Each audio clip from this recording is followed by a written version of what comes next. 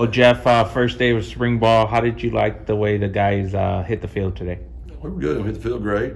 They did. They were excited coming out. But everybody in the country is excited coming out. Practice one. The way you started it, the warm-ups in the pods, almost like there was 4 different groups of people. Was that part of what you had said yesterday about we're going to change some things up so that we don't have possibly all the knee injuries moving forward? Was that part of the whole kind of we're going to try some things different here in spring ball? That was some upper level reporting, man. That's some experience right there. You know, it's funny you said that. You know, I've been a head coach for 20 years, and I've always prided myself on if it ain't broke, break it. You know, and I didn't mean that meaning to my team getting broken. That's not good. You're talking about injuries.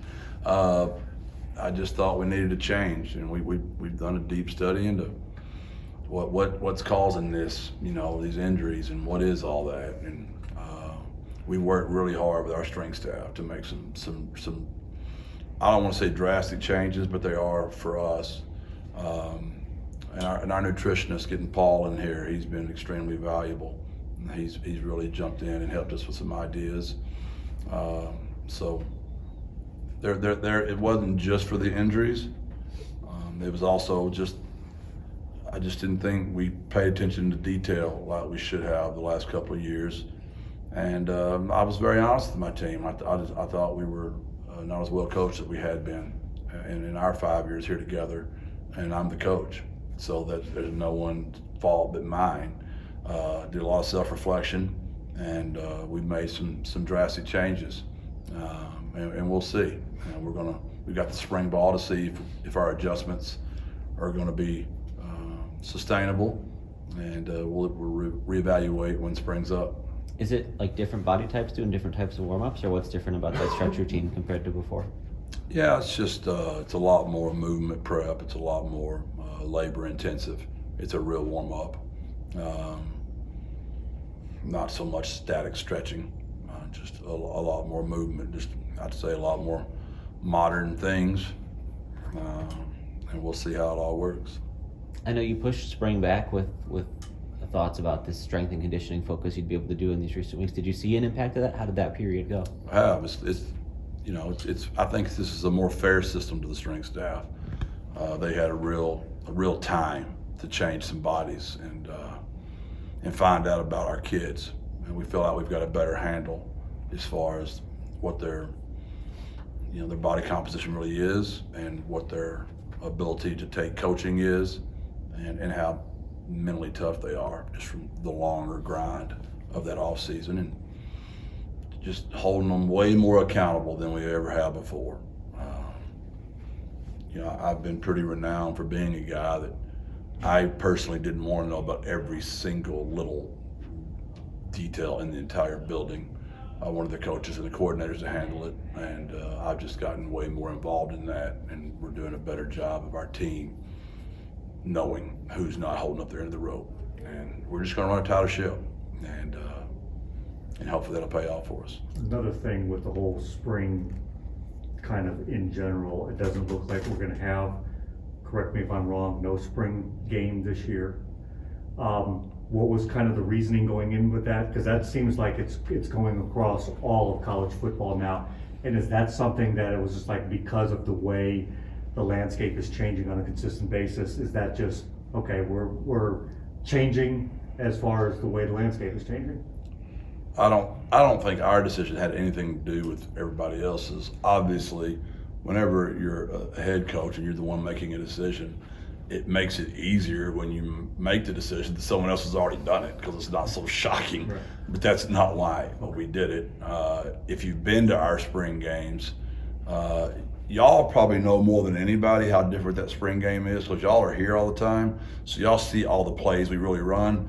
Then you get to spring game and you see like 6 plays the whole game. Right. Now our kids compete, and it's been fun, but it's just basically a public showing where you're not showing anybody anything. Because I don't know who's in those stands. I don't know who's sitting up in the elbow dome. I don't know who's watching that. There's no way to control that. We're lucky that they let us use that stadium, and we're grateful for that. but we don't have control over who gets to walk in and watch us. So I just thought this team needed a 15th practice, not go out there and run inside zone, a bubble, and a slant, and a fade, a couple of nakeds, and call it a day. A naked JJ, meaning you fake it and roll out. So, Jeff, are there any plans to do anything for the fans this spring? I've been in contact with Dr. Compost about that. Every one of my practices are wide open. I've never hidden a practice since I've been here. So they're always welcome to come to any practice they want to. But as far as making it like a fan day or something like that, I know she's still thinking about all that. I'm open for whatever she'd like to do. I'd like to keep it here on my campus. It's just more convenient for us. And I don't know how many people would be interested in coming to it, but they're always welcome. I've never had a closed practice. As long as everybody puts their phones up and doesn't film our practices, I don't have anything to hide unless you look like G.J. Kenny walking in the gate. You mentioned some of the changes you guys have made for the spring. Are any of the practice periods themselves kind of structured any differently, or is it kind of similar once you get rolling? That's a little different as well, just because we're already warmed up now, so that's a little bit different. But I would just say the attention to detail and majoring in the minors more.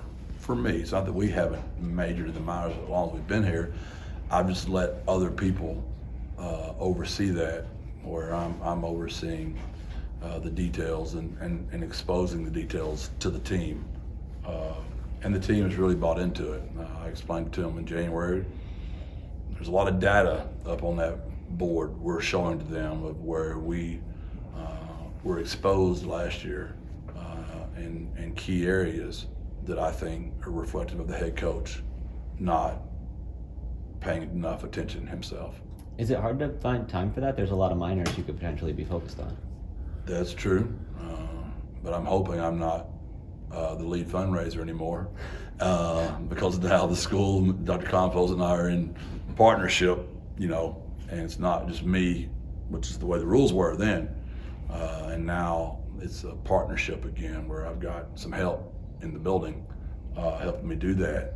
So I think that's going to allow me to kick some more of my time back into probably more of the details I should have been focusing on.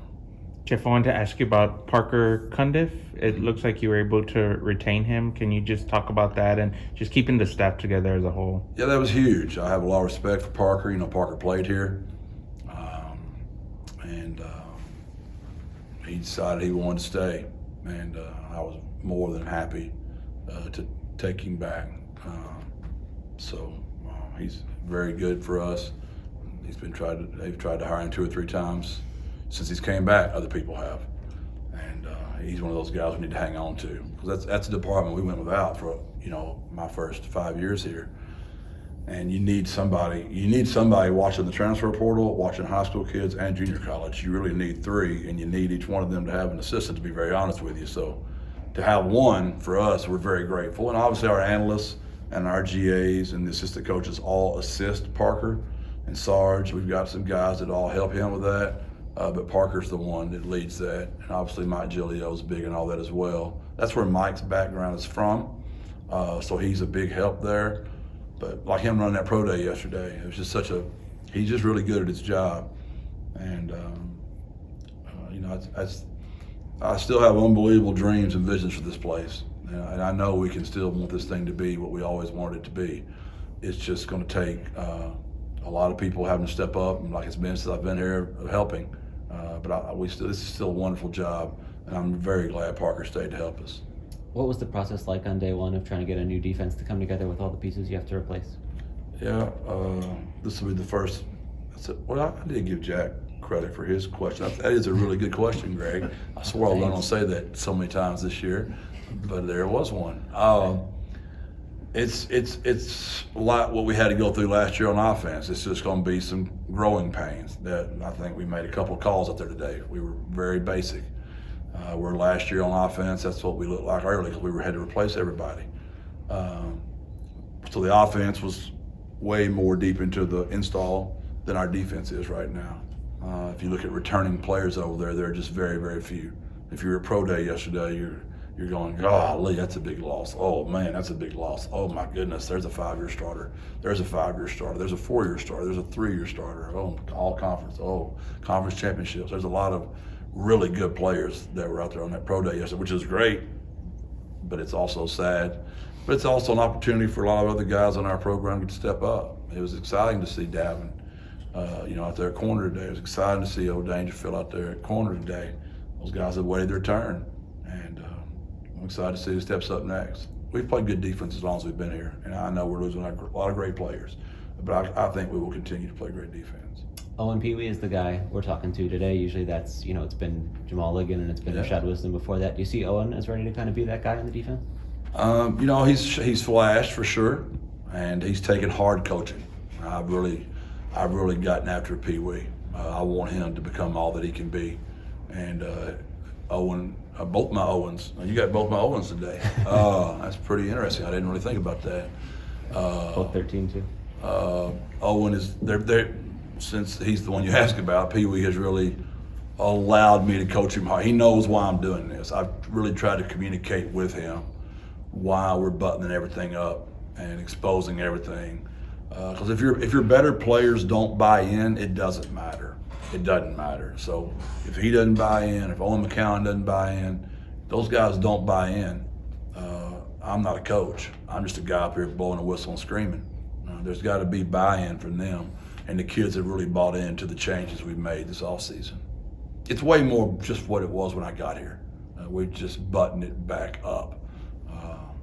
And after that Tulsa game, I said to my staff and my players, I'm not ever turning my back on one little thing again. And I'm not saying that's why we cleaned up that last 6 weeks of that season, but we're going to start off this season hopefully a lot more buttoned up. Jeff. Thank you, Jeff. Thanks. All right, Pee Wee.